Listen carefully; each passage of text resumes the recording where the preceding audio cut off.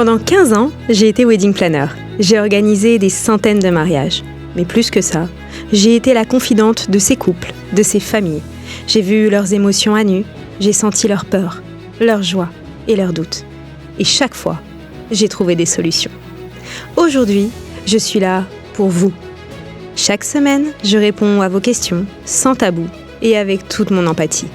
Que ce soit pour vos amours, votre famille, vos amitiés, ou simplement pour vous retrouver vous-même. Allô Agathe est là. 10 minutes, une question et des réponses qui changent votre quotidien et pourquoi pas votre vie. Alors, qu'attendez-vous pour poser la vôtre ? Hello Agathe, moi c'est Sophie. Je t'avoue que ces derniers temps, je me sens hyper seule. J'ai pas vraiment d'amis proches à qui parler, avec qui partager beaucoup de moments. Et en fait, plus j'y pense, plus je me sens seule, je ressens vraiment un vide et je t'avoue que ça commence à me peser.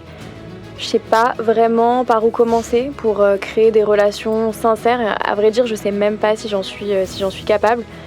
Donc voilà, qu'est-ce que je pourrais faire pour sortir de cette solitude et puis tisser des liens avec des gens, quoi. Chère Sophie, cette question me fait penser à une chanson de Véronique Sanson qu'on aime particulièrement bien. Si je sais que tu m'aimes la vie, que tu aimes au fond de moi, me donne tous ces emblèmes, me touche quand même du bout de ses doigts. Mais si tu as des problèmes, tu sais que je t'aime, ça t'aidera. Laisse les autres totems, tes drôles de poèmes et viens avec moi. Alors, est-ce que c'est pas ça que vous recherchez, Sophie ? Finalement, une amie ou un ami qui vous tiendrait la main dans les moments difficiles et qui vous accepterait comme vous êtes. Alors, je peux vous dire par expérience que vous n'êtes pas la seule à ressentir ça. On parle beaucoup d'amour, on parle beaucoup de solitude en amour, mais finalement, on parle pas assez de solitude en amitié. Puisque les amours, ça va, ça vient. On espère que ça dure toute la vie, mais parfois ça part. Les amitiés, dans le commun des mortels, c'est censé rester toute la vie. On aimerait que ça reste toute la vie. On n'a pas à se transformer, on n'a pas à mettre un masque. On est nous-mêmes. On rigole avec son ami, on pleure avec son ami. Et on reçoit des conseils. Enfin, voilà. On passe des moments assez incroyables. On a parfois des amitiés qui durent depuis la maternelle et puis des personnes qu'on rencontre un jour à une soirée et cette personne devient comme notre sœur. Et je vous comprends, on a besoin d'être accompagné dans la vie. Et on a besoin d'être accompagné d'amis. Parfois, on n'a pas besoin d'avoir beaucoup d'amis. Une personne suffit. On n'a pas besoin, vous voyez souvent des gens entourés de plein de monde tout le temps. Vous dites, oh là là, j'aimerais tellement être comme eux, j'aimerais tellement être entourée, j'aimerais tellement faire la fête avec des gens qui me comprennent, qui me connaissent, etc. Détrompez-vous. On fait souvent l'amalgame entre les amis et les copains. Un ami, ça suffit. Alors on va voir, je vais vous expliquer aujourd'hui comment travailler là-dessus. Sophie, ce qu'il faut savoir d'abord, vous me demandez par où commencer. Il faut déjà savoir ce que vous recherchez. Et ce que vous êtes prête à donner, puisqu'une amitié, c'est un échange. La personne est là pour vous, vous êtes là pour elle. Si elle vous appelle à 4 heures du matin, on répond avec plaisir. Et si le lendemain vous avez un autre souci, elle sera là pour vous. Est-ce que vous êtes prête à tout donner ? Est-ce que finalement, vous êtes transparente avec les autres ? Est-ce que vous ne vous cachez pas ? Ça, c'est déjà la première des choses. Est-ce que aussi, vous n'avez pas besoin parfois de vous retrouver seule ? Moi, je suis comme ça, par exemple. Parfois, j'ai besoin d'être dans mon cocon, de me retrouver seule, de parler à personne. Il y a beaucoup de gens comme ça. Ça n'empêche qu'on peut avoir des amis, il n'y a aucun souci avec ça. Ce que je ferais, et vous parlez de relations sincères, je reviendrai dans le passé. Quand vous étiez en école maternelle, en école primaire, vous avez eu des amis. Comment ils étaient ? Est-ce que c'était plutôt des filles, des garçons ? Comment étaient vos relations ? Et j'aimerais que vous fassiez une sorte d'introspection sur vous-même, que vous fermiez les yeux et que vous essayiez de ressentir les émotions que vous aviez à cette période. Quand vous jouiez avec votre petite copine après l'école, au parc par exemple. Voilà. Comment vous vous sentiez ? Est-ce que vous ressentiez de la joie, de la plénitude ? Est-ce que vous vous sentiez à votre place ?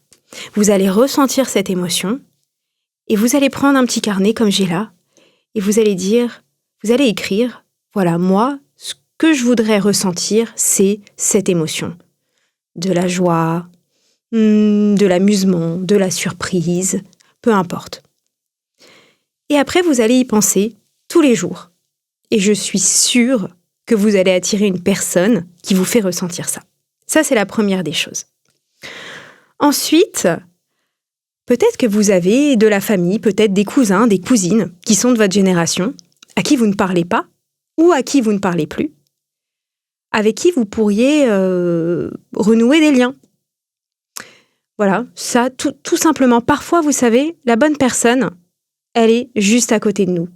Donc, pourquoi pas prendre des nouvelles de la cousine qui habite à quelques kilomètres de vous. Juste levez votre téléphone. Comment tu vas ? Qu'est-ce que tu fais de ta vie ? Et peut-être que vous allez nouer ou renouer une amitié.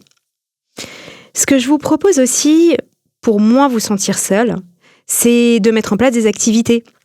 Vous aimez chanter, prenez des cours de chant collectif. Vous aimez le théâtre, allez prendre des cours de théâtre. Faites du sport. Alors non seulement ça va vous faire un bien fou, vous allez avoir de la dopamine à fond, vous allez vous sentir beaucoup plus heureuse, vous serez beaucoup plus ouverte aux autres. Et peut-être qu'au bout d'un moment, au bout de 2, 3, 4, 10 cours, vous rencontrerez des filles qui ont les mêmes centres d'intérêt que vous. Ensuite, ce que je voudrais, c'est que vous essayiez de mettre le doigt sur des moments, des instants de votre vie où vous vous sentez pleine. Parce que vous me dites que vous êtes vide, Sophie. À quel moment dans votre quotidien vous vous sentez apaisée, vous vous sentez bien, vous vous sentez à votre place ? Est-ce que c'est dans votre travail ? Est-ce que c'est quand vous regardez une série Netflix ? Est-ce que c'est quand vous baladez votre chien ? Je ne sais pas. Et par rapport à ça, vous allez recadrer ce que vous ressentez, ce que vous voulez, ce que vous aimez. Et vous saurez de quel type de personne vous voulez être entouré. Ce que je peux vous conseiller aussi, maintenant on a beaucoup de clubs qui regroupent des hommes, des femmes, que ce soit dans le business, des clubs de vin, peu importe. Quelles sont vos passions, qu'est-ce que vous aimez ? Et allez dans des collectivités dans lesquelles vous avez des personnes qui ont les mêmes centres d'intérêt que vous. Voilà Sophie. Voilà ce que je peux vous dire pour essayer de vous sentir moins seule. Sortir de ces moments de vide. Sachez que beaucoup de gens pensent comme vous, que vous n'êtes pas seul et que beaucoup de gens, sûrement, vous attendent et attendent votre amitié, peut-être de l'autre côté de votre porte. Je vous souhaite plein de bonnes choses. Prenez soin de vous. Je reste à votre écoute. À la semaine prochaine.